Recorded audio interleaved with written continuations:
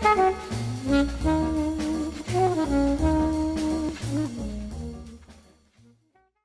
afternoon and welcome to this week's edition of Halftime Talk. I'm delighted to be joined by Guy Platten, Secretary General of the International Chamber of Shipping. Guy, good afternoon and thanks for joining us. Good afternoon, Sean, and thank you for having me. Pleasure. There's many issues we could sort of get into, and hopefully we will over the next 20 minutes or so. But Guy, I wanted to kick off with sort of the latest news, if you like, in the shipping sector, and that's specifically the situation off the coast of California. Peak shipping season, and it's become a bit of a parking lot, and as a result it's a bottleneck in global trade at the moment. Your thoughts on the outlook for that being resolved and what sort of the underlying issues? Okay, yeah, thank you very much, Sean. Yeah, it's a big topic, and of course these challenges have been with us now for 6 months or more, and seem to be getting worse rather than getting better. And we do see data from Sea Intelligence Maritime Consulting that despite some improvements, 75% of vessels arriving in West Coast ports are late, with an average delay of 10 days, and that has massive knock-on effects. I mean, clearly the pandemic has something to do with this, but it's also bottlenecks caused by port congestion, vessel shortages. There's so much competition now for every space on board a container ship, and equipment. There's rail and truck shortages. There's the whole supply chain which we've had to cope with, and I think as well I don't know if anyone saw this coming. There was an absolute explosion in consumer demand globally. You know, as people locked down at home decided to order toasters and other type things rather than go out to restaurants and the like. And that has caused a knock-on effect. Make your own toast. I mean, my God, it's a crime. and plenty more from as well. So obviously bringing in more staff is important. That's going to help.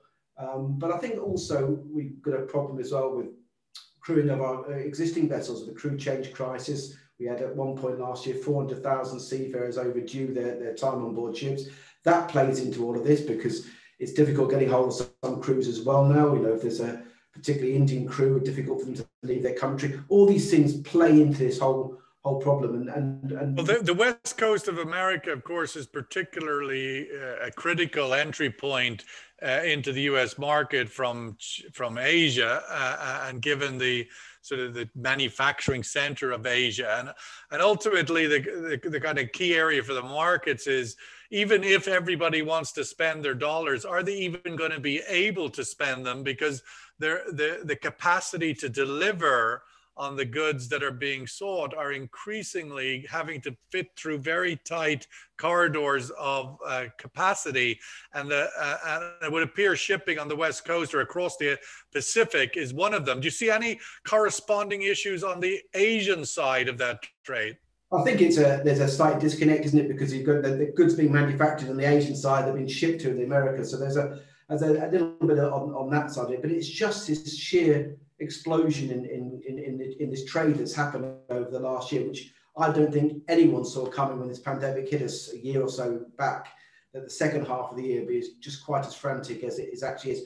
Ultimately, of course, the markets will settle. The markets will get... I mean, the blockage, if you like, is right through the value chain. It's one thing bringing a ship onto the port, but if there isn't truck drivers to offload, and that seems to be on the ground, a very big problem that a lot of truck drivers who were laid off or stepped back last year in the absence of any demand are not coming back, or at least 20% of them, or whatever the number is.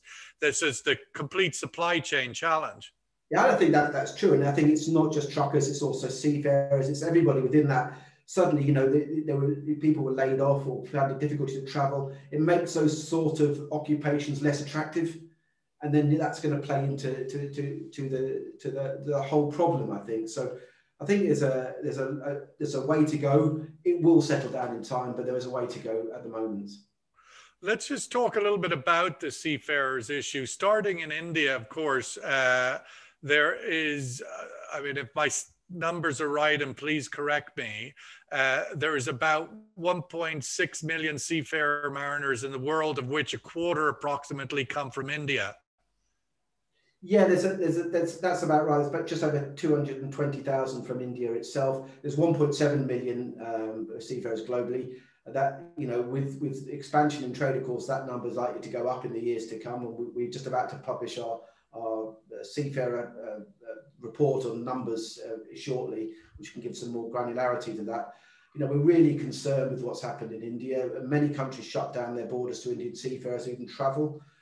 We have a real problem with vaccinating our seafarer workforce. It's great in the United States that some 52 ports now offering vaccines for overseas seafarers. And we'd encourage other governments to do the same, because only by vaccinating the seafarers are we keeping them safe, keeping the communities they visit safe, but allowing travel and trade to take place. So that to us is a major priority. And just I think the last year has shown us how vulnerable we are. We saw the Ever Given in the Suez Canal 3 months ago. We saw just one ship being stuck in a strategic waterway, the knock-on effects to trade. So you can imagine that amplified many times if we don't get the balance right with seafarers and allowing them to travel. And on that point, I mean, when you have let's say a country the size of India in terms of the staff it provides, the mariners, it also provides huge amounts of crews to the leisure industry as well. But in terms of the trade,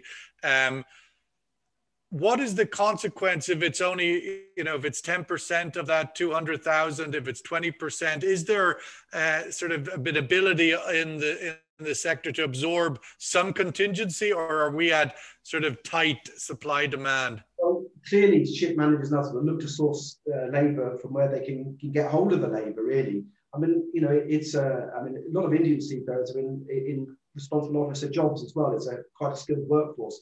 So it's not always easy to replace people like that just at the drop of a hat. And we know that there's some premium rates being offered to some crews now if they can be sourced. So, but what we do need is governments to recognise how key seafarers are and to facilitate their travel, because that's all we've ever asked for. We'll keep them safe.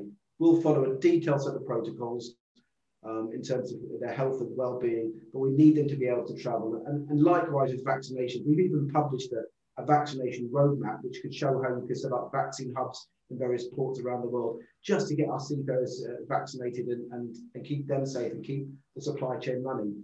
I mean, 1.7 million seafarers to service a global population of 25 billion is, it's a small price to pay, I think. What about Myanmar? They're also caught there through that Indian lockdown. Yeah, I mean, it's not just Myanmar, it's also India. There's also, other sort of the subcontinent. These are all countries that are supplying a large number of seafarers. We've also got issues in the Philippines as well, which is another major seafaring supply country. They're only limiting how many people can go in and out of the country. And so that puts a premium on getting seafarers out, but also there's only so many seats on aircraft. So there's, that drives up costs as well. So, and these are all countries in Asia in particular. Yeah. You mentioned America, every port offering vaccines, but for Asia did quite well in the first half of COVID, a bit like the opposite of the UK, who did pretty bad in the first half, but then an amazing vaccine program. Asia, the opposite. Vaccines are very low percentage, even in China, under 10%, India, under 10%, and everyone else behind that. This is not a problem that's going away anytime soon. No, it's not. And that's why we've been calling for overseas seafarers to be given the vaccines where they can get hold of them. So there's been many thousands now have gone through United States ports in recent weeks, have got the vaccine, which is brilliant. We're starting to see some movement in the Netherlands as well, in Rotterdam and the like, in Belgium as well. Major hubs, and we'd welcome it elsewhere in Singapore and other places as well, where we could, rotate those seafarers either coming in to go join ships or even whilst they're still on the ship getting the vaccines. So because we need the seafarers, so we need them to be able to travel. And, and COVID doesn't care about your nationality. No, it doesn't. And we're clearly learning that is one of the overarching realities of COVID and climate change and all sorts of other issues don't recognize borders. But ultimately, the world and its member nations seem to have been somewhat disconnected with the plight of seafarers for some time, as you started in your earlier comments to say that over the course of recent years and through COVID, the ability to do crew changes was next to zero. And so mariners are stuck on ships for literally years. I mean, that seems just beggars belief, really. It does, and you know, we've been working really hard to lobby along with our social partners, the International Transport Workers Federation, the unions, if you like, to raise this issue with governments. But I think what's happened. Why does it not get to that level? I mean, if this was pilots on Emirates Airlines, you'd have a pretty loud noise. I suppose in some ways shipping's just kept on delivering. You know, it's never stopped. It hasn't grounded the ships, or you know what I mean by grounded. I mean it hasn't just stopped the ships from traveling. They've kept on doing their job through day in and day out.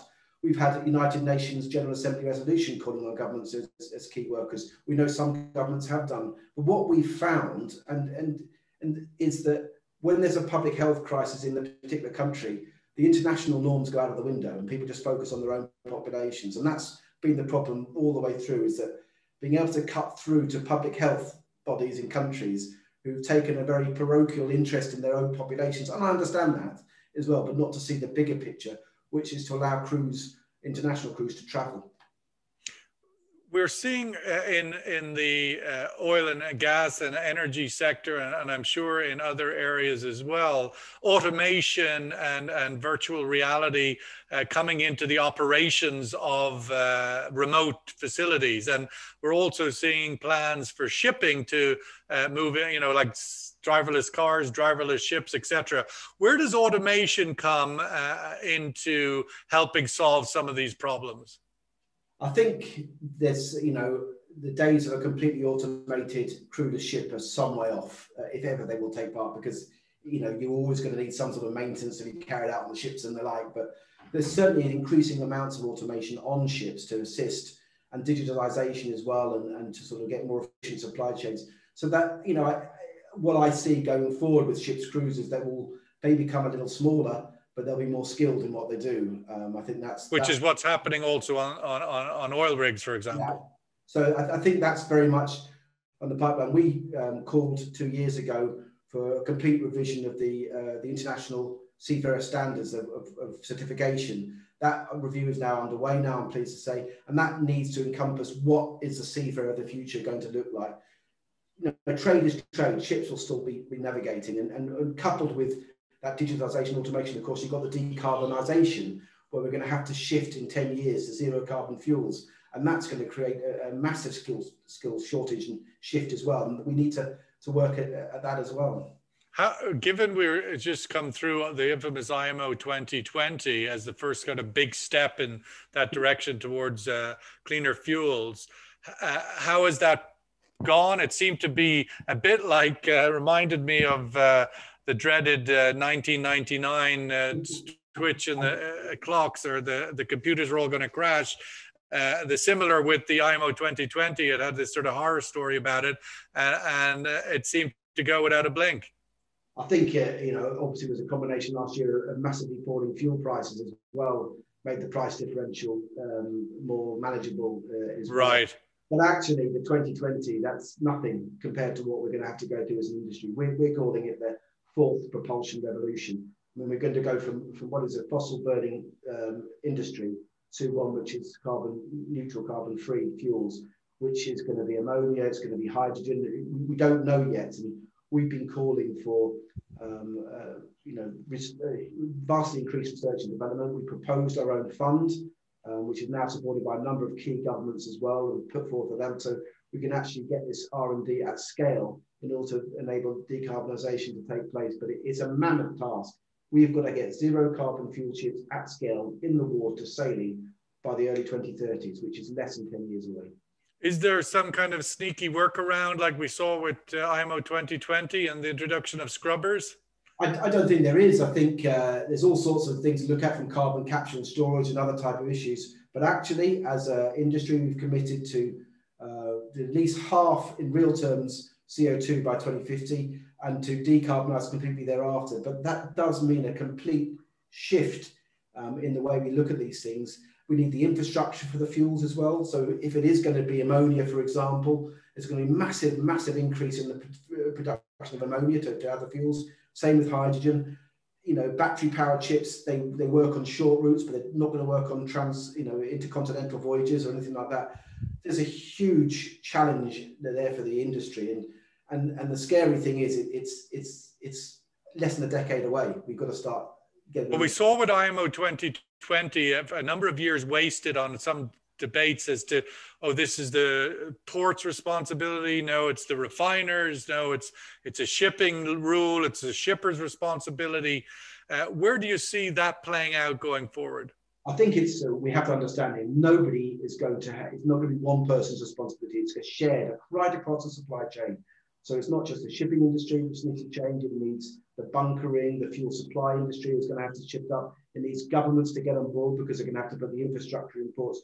This is not going to happen by just giving it to one set of people and saying, you know, sort it out. This is going to need partnership at an unprecedented level if we're going to achieve this. And what is a very ambitious goal, one I think is achievable, one which we have to work together on now. And there can't be a blame game. There can't be, you know, shifting it from one party to another. This has to be everyone working together to achieve the goal. Well, we're seeing in the last few months alone in 2021, a massive surge towards hydrogen and ammonia.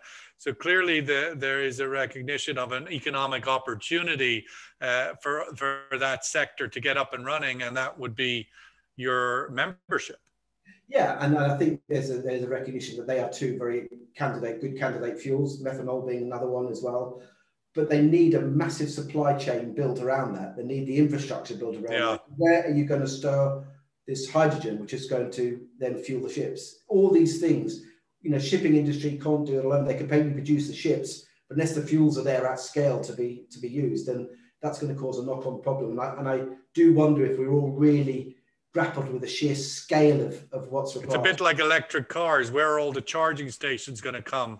Joe Biden, the new president of the US, has said he needs 500,000 charging stations across America in order for this really to be viable. And exactly the same in our industry as well. And that work has to start now. You can't wait till you produce the ship and then say, oh, right, crikey, we need to get the fuel in now. These things all have to be done in parallel. They have to be done in tandem, and they have to be done with safety in mind as well. Ammonia is an incredibly dangerous fuel. You know, it's very toxic. So there's huge safety implications with all these things. Hydrogen's extremely explosive. So all these safety considerations are going to have to be, and standards are going to have to be developed together if we're going to move towards this zero carbon future.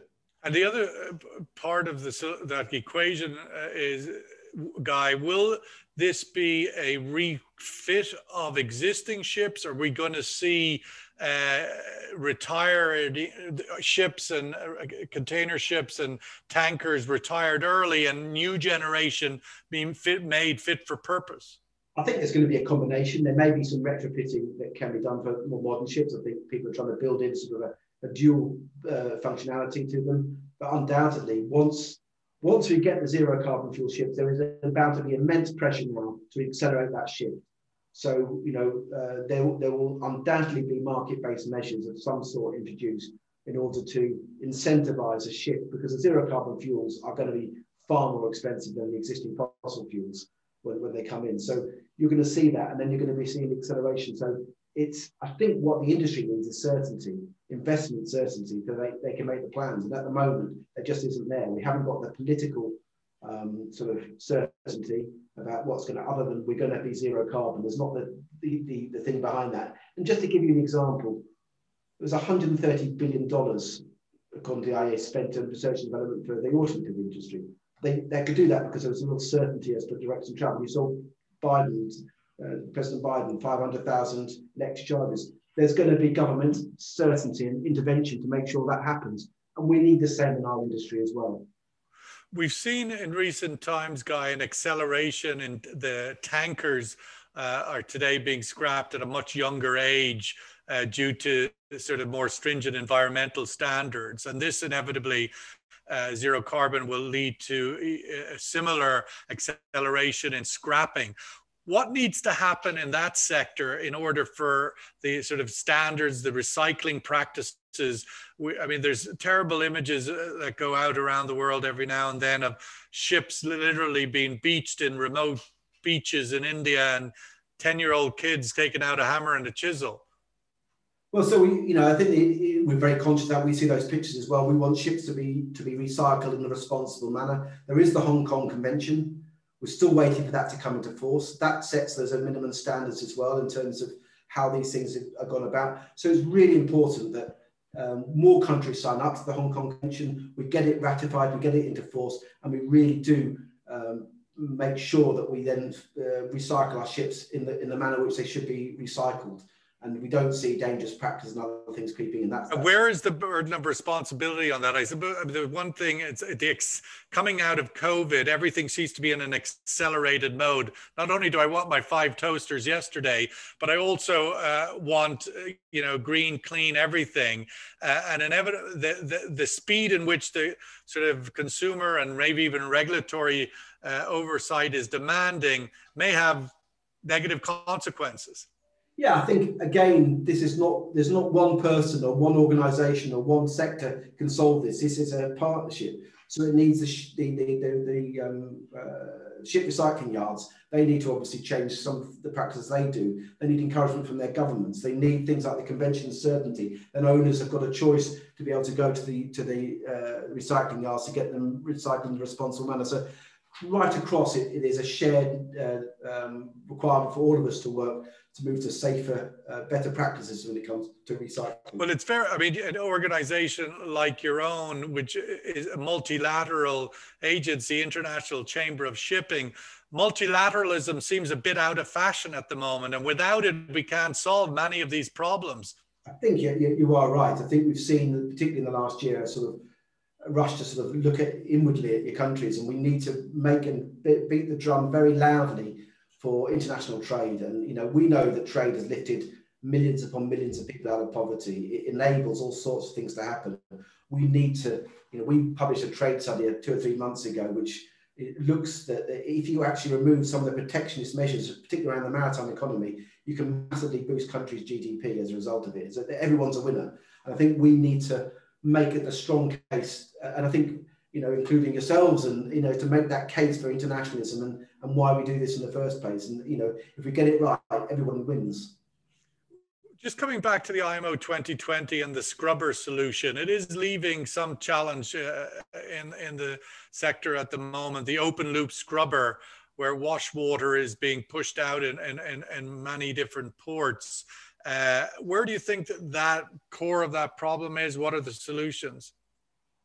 Again, it's, when the ship owners fitted these open loop scrubbers, of course, they did it completely. It was in compliance, unfortunately. It was in compliance, but we noticed some ports are at least banning them inside the ports. It's not necessarily the same when they're out of course, away from that port as well.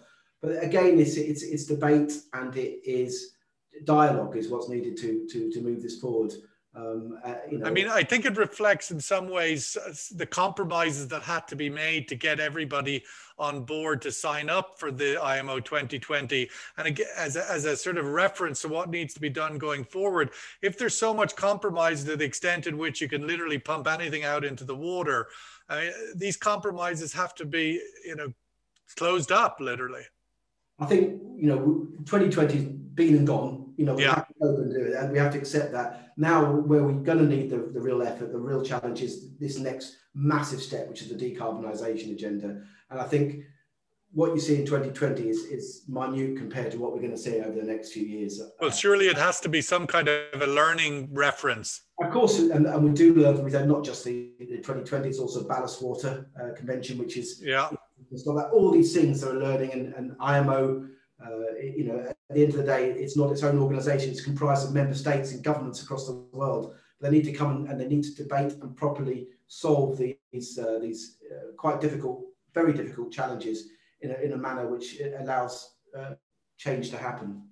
I mean, given that, the sort of final question I wanted to sort of ask, and I'd like to ask most of the guests, is what's your over the horizon challenge that most of us wouldn't see from outside the sector? Inevitably, what you've just articulated, 2030 and the zero carbon is a massive one. Putting that aside, what do you see over the horizon that the rest of us who are not in your sector need to be paying attention to? I think the first thing is trade is here, and trade, as we're saying, lifts people out of poverty, and we need to make the case for it to continue and to expand it, and for world trade and for the world economic growth to continue on that. I think, to me, the biggest over-the-horizon challenge is decarbonisation. It feeds into an awful lot. We've also got security issues as well. Piracy hasn't never gone away. We have real issues in the Gulf of Guinea at the moment with crews being kidnapped and having absolutely horrendous time of it as well when that happens. We see that security issues again to the fore. We'll see increasing amount of automation and digitalisation. I think that's going to change a lot. Blockchain technology, particularly around the container side of it as well, being able to track produce from the factory to the consumer will be a game changer as well as that beds in. So I think there's lots of over the horizon things. But what about, it always struck me a few months ago, I heard it wouldn't have been a few months, it would have been more than a year ago now. Time is very like a concertina, but the managing director of the Jebel Ali port in Dubai being interviewed on the radio, local radio, what's your biggest over the horizon challenge that keeps you up at night? He said 3D printing. 3D printing may remove so many objects that need to be put on ships and traded around the world. What do you think of something like that? I think 3D printing is amazing for making all sorts of different things now, from spares, machinery spares, and all sorts of other things. I think there's going to be perhaps a degree of onshoring of certain things. We may see some supply chains being readjusted as a result, but shipping's resilient. Shipping adapts and adjusts to these changes. Been around a while. It's been around for 2,000 years, hasn't it? It's hard to see. I mean, 3D printing has come and gone. I don't know if it's gone, but it certainly hasn't been the disruptor yet. It might be early doors when we think of literally 3D printing food, but that's for another time. Guy Platten, Secretary General of the International Chamber of Shipping, thank you for being on this week's edition of Halftime Talk. Thank you very much, Sean. Really a pleasure. Thank you.